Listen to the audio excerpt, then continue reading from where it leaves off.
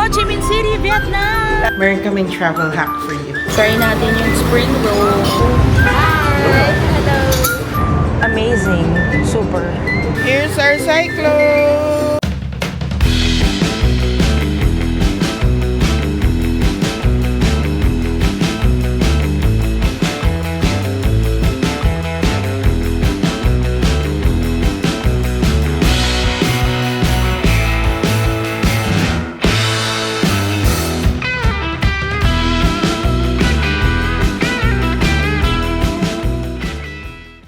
What's up, travelers? We're your favorite travel guides. I'm Eka. And I'm Tony, and today we are here in Ho Chi Minh City, Vietnam. Tara, sabay-sabay tayong gumala! Let's go!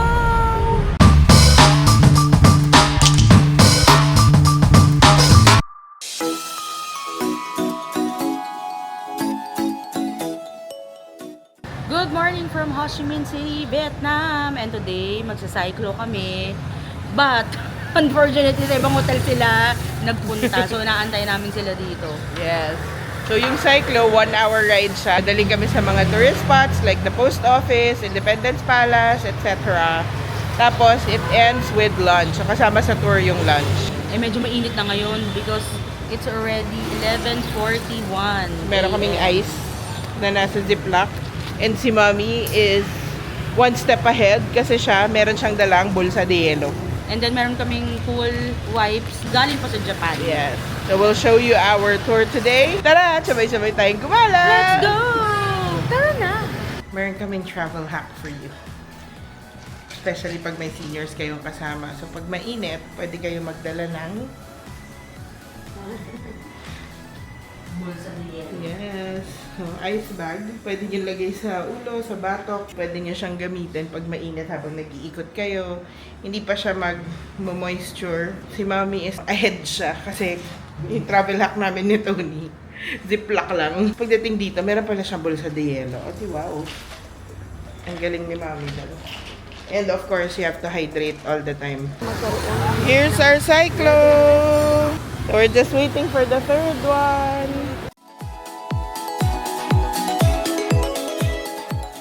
We're doing the cyclo tour! Medyo nakakatakot. Woo! Yeah, hey, we're moving.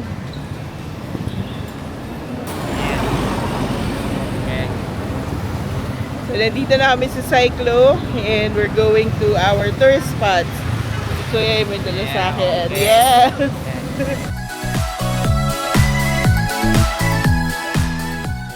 Ayan siya. Medyo scary ng konti, pero okay lang.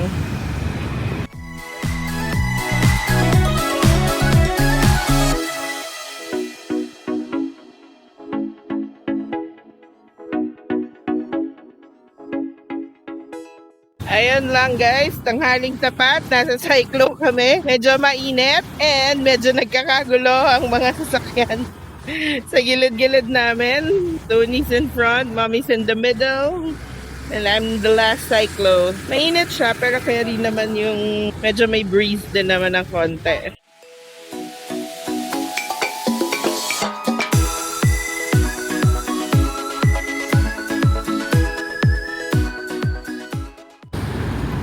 We're passing through Bentan Market. Mommy, thumbs up if you're okay. Tatawid kami.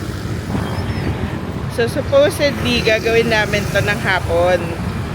But because of all the happenings nga, they had to cancel it. So wala kaming choice to do, but to do it in the morning kasi may mga nakaschedule na kami in the afternoon hanggang gabi. Plus, bawal ulit sila sa daan ng hapon, tonight and hanggang Friday when we're here. So, ito na lang, ngayon na lang.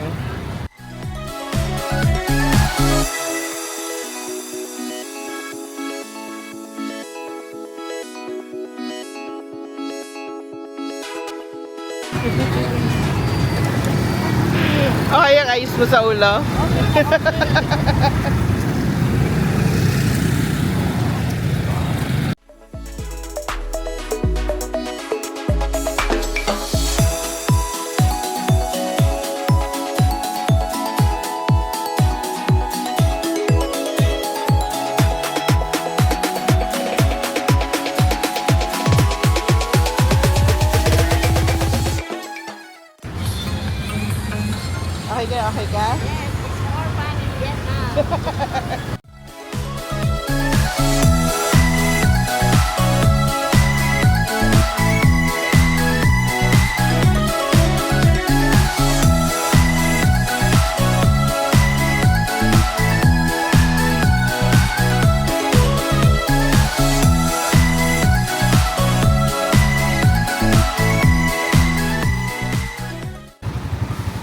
Hindi na namin kaya tapusin yung tour kasi sobra yung init, tanghaling tapat din.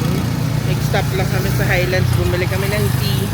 And then para malagay sa mukha yung yellow.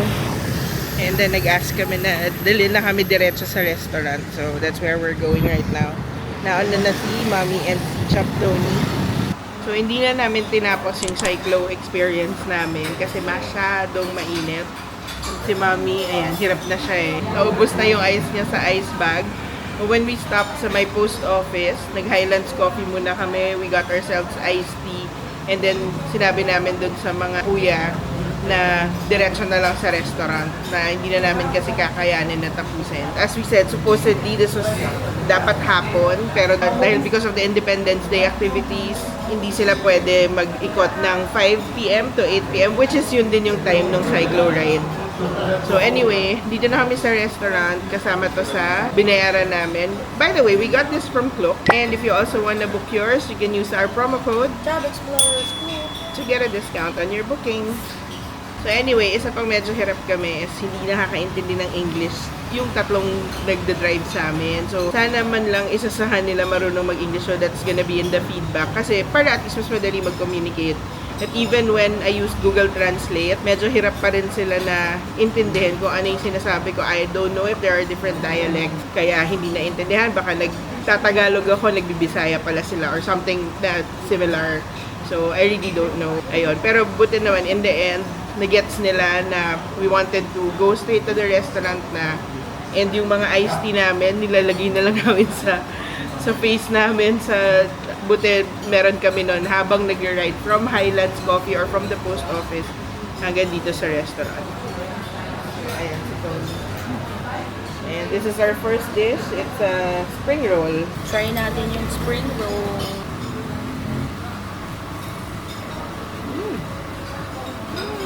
Sarap. Harap ng Bernadine. Then there's soup, vegetables, Fish. chicken. Isa pa palang hack namin pag may kasama kayong seniors.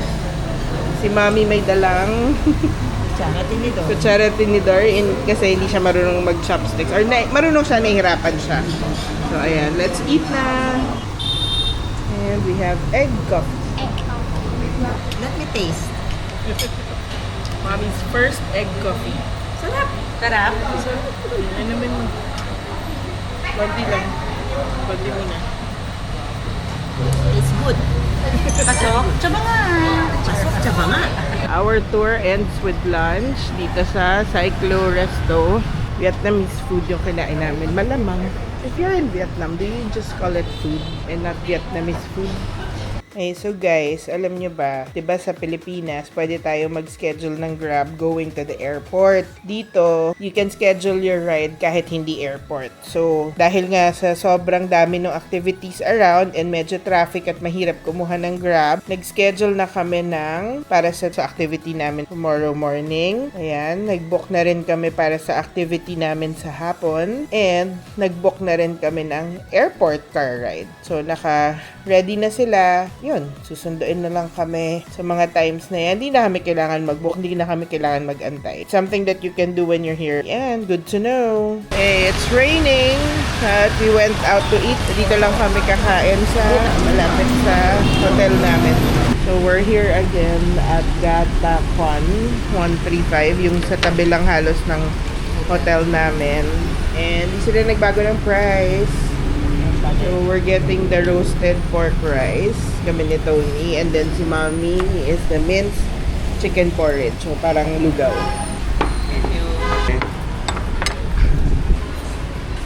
Umulan ngayon na malakas. Kanina actually, tapos na ngayon. And yung next activity namin is the city bus sightseeing tour. Pero yun nga, umuulan kanina. So nag-decide kami mag-early dinner dito ulit sa Gatakwan, na malapit sa hotel namin. Actually, isang tumbling lang. Tumambling ka, di ba? Yung kinain namin, dalawa nung roast pork at saka isang parang congee for mommy. Tapos 3 Coke, wala silang Coke Zero eh. So, napilitan kami mag-regular Coke. Our bill for this whole thing is 195,000 dong. Sobrang sarap. Na-enjoy mo? Yes. Sarap. Craving satisfied? Yes. For pork. Roasted pork. Is this pasok? Kaso, tsaba nga. Tapos ang bait pa ni Kuya. Kasi ginawa pa niya kami ng sausawan. Naalala niya tayo, no? Spicy. Okay? Okay, spicy.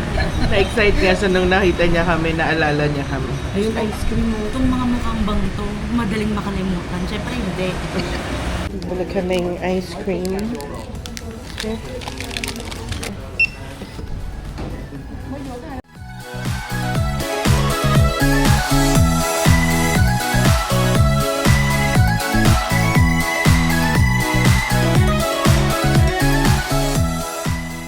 So we're back here. Kuha na kami ng ticket for the sightseeing tour.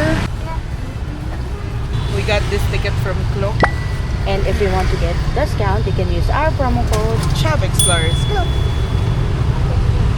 When you book your own ticket. Thank you.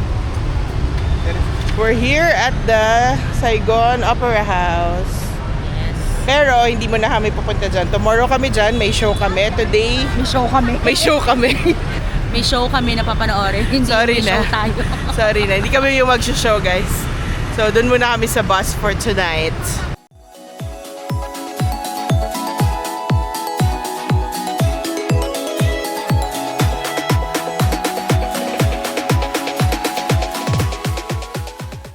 So, we're here again to do the night bus tour. Kasi sobrang na-enjoy namin and alam namin ma-enjoy din to ni Mami. So, excited ka?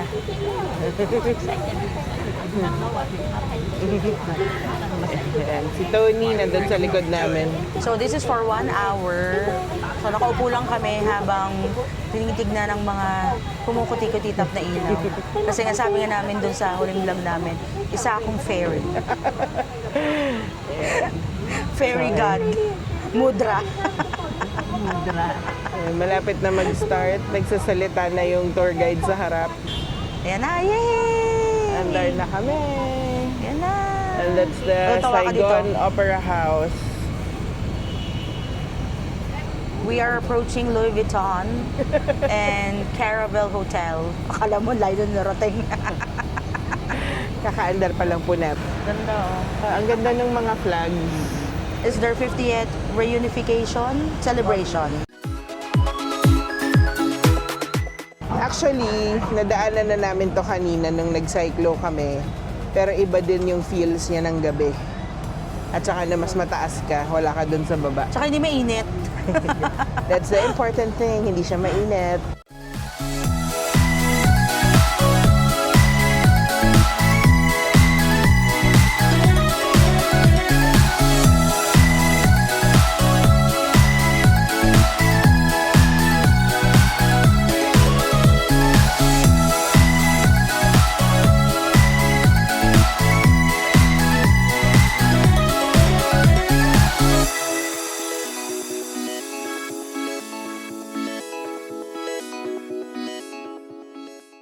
Ang ganda ng bridge. Ang ganda ng Landmark 81. Oo. Grabe, Vietnam. Sarap pa ng lamig. Oo. Perfect, no? Guys, hindi na kami malapot. Yes.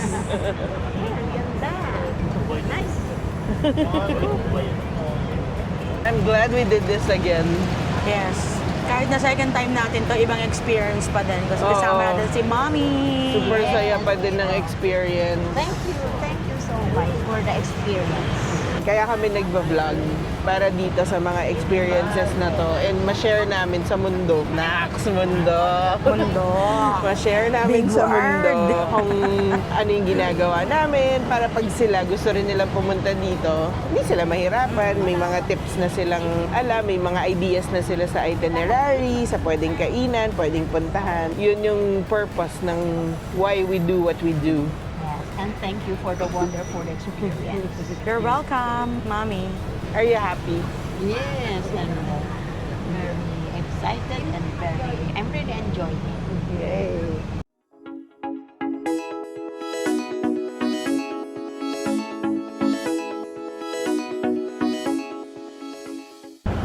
Ang galing naman ng bridge na to. Ang ganda ng bridge! Ang ganda.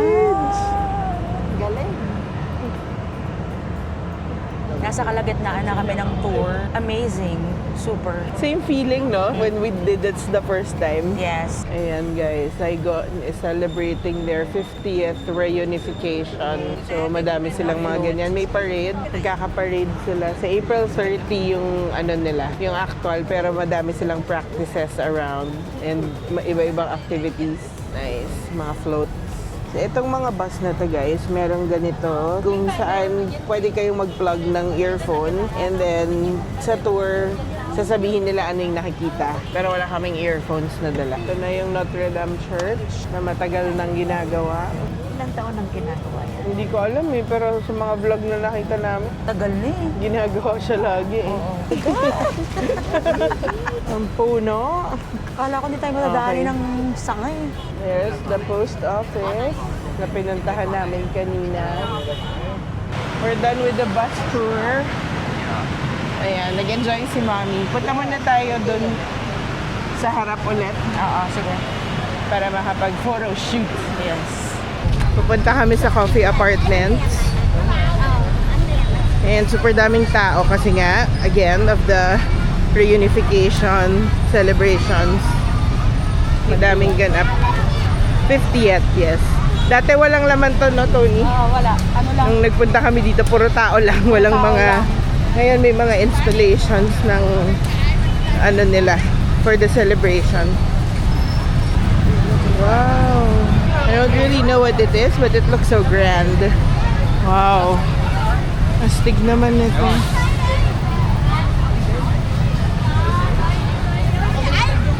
Kalain nyo, naging semi-part pa tayo ng history nila. So, we're back here at the coffee apartment. Pero hindi pa rin kami magkakape. Because it's already late. Mag-8:30 na and maaga kami tomorrow para sa cooking class. Yes, abangan. Nagpicture lang kami dito and then tumingin dito sa ano, we're gonna go and get a grab na. Let's go! At ayun na nga, tapos na yung araw namin ngayon. Nung morning, nag-cyclo tour kami, pero grabe, sobrang init. Kasi dapat 10 a.m. siya, pero naging 11:30 a.m. Tapos late pang dumating yung cyclo team namin. So, yun, sobrang init. Tanghaling tapat, nasa ilalim kami ng araw. Yes. Si Mommy, meron siyang bulsa de yelo, pero sa gitna ng pag-cyclo, natunaw na lahat ng yelo, hindi na malamig. Ang ginawa niya kasi nagpanic siya, baka ma-heat stroke siya, binuhos niya sa ulo niya yung tubig. Pati damit niya nabasa. Napabili tuloy ng t-shirt sa Ayun. post office. Good thing, tumigil kami ng post office. Kasi kung tuloy-tuloy yun, baka mamaya napulmon niya na si Mami. Thing then, nag-cool down kami dun sa post office and nag-decide kami na tapusin na yung tour. Dalawa na lang naman yung pupuntahan, yung Hotiki Market at saka Independence Palace. So yun lang naman yung na-miss namin. Pero nagpahatid na kami diretso sa restaurant. So, pero masarap yung food. Kasama yung food dun sa tour namin. And masarap siya. So okay lang. And then naka-cool down naman kami more pagdating dun sa restaurant. If ever na natuloy yung talagang schedule namin na hapon hanggang gabi, baka na iba yung nangyari. Natapos namin yung tour. So, after namin nung cyclo, bumalik lang kami sa hotel para mag-rest. So, isang tip yan when you're traveling with seniors, wag nyong pagsunod-sunurin yung mga activities nyo. So, dapat may time talaga sila para mag-rest, para mag-recuperate. At mag-CR break. Narinig Yun. si Mommy. Kasi kung kami lang dalawa, as in 4 to 5 tourist spots, minsan ang schedule namin. In a day. In a oo. day. Pero dahil nga may kasama kaming thunders, kailangan naming bumalik sa hotel for every activity. But it's okay. And good thing din, pagbalik namin ng hotel, when we were taking a nap, tita nap and lola nap, umulan. So, medyo malamig siya. Nag-decide kami mag-early dinner kasi night sightseeing bus tour yung ginawa namin. Yes, and although second time na namin, ibang experience pa din. Sobrang saya pa din. Kasi kasama namin si Mommy. So, Yes. and then yung flag ng Vietnam, nasa isang building. Sobrang ganda niya. Ayun, so nakadagdag sa charm ng city. Yes, ang ganda-ganda talaga ng do that tour when you're here. And yung cyclo and the bus tour, we booked it through Klook. And if you want to get a discount, you can use our promo code. Job Explorers Clock para makatipid kayo. And then gaya nung ginawa namin before, after nung sightseeing bus, naglakad lang ulit kami papuntang coffee apartment para mag-picture-picture lang. Yun, and yung sa gitna ng park ngayon, may mga nakalagay na art installation, yung parang float, nilalagay sa float. So maganda rin siya, mag-picture-picture, and ang dami lang tao talaga ngayon. So marami ring tao talaga sa park. Gawa ng celebration nila sa April 30th. May mga nadaanan pa nga kami na para siyang isang park din na ang daming tao, ang daming naka-red dahil yung color ng flag nila. And ang dami ding flags all over. Actually, festive naman yung feels niya. Pero nga dahil mainit, madaming tao, medyo nakakapagod lang. If you like this video, don't forget to follow our social media accounts, Facebook, TikTok, and Instagram. And don't forget to comment, like, and Subscribe! hanggang sa susunod na gala! Paalam! Dinidit!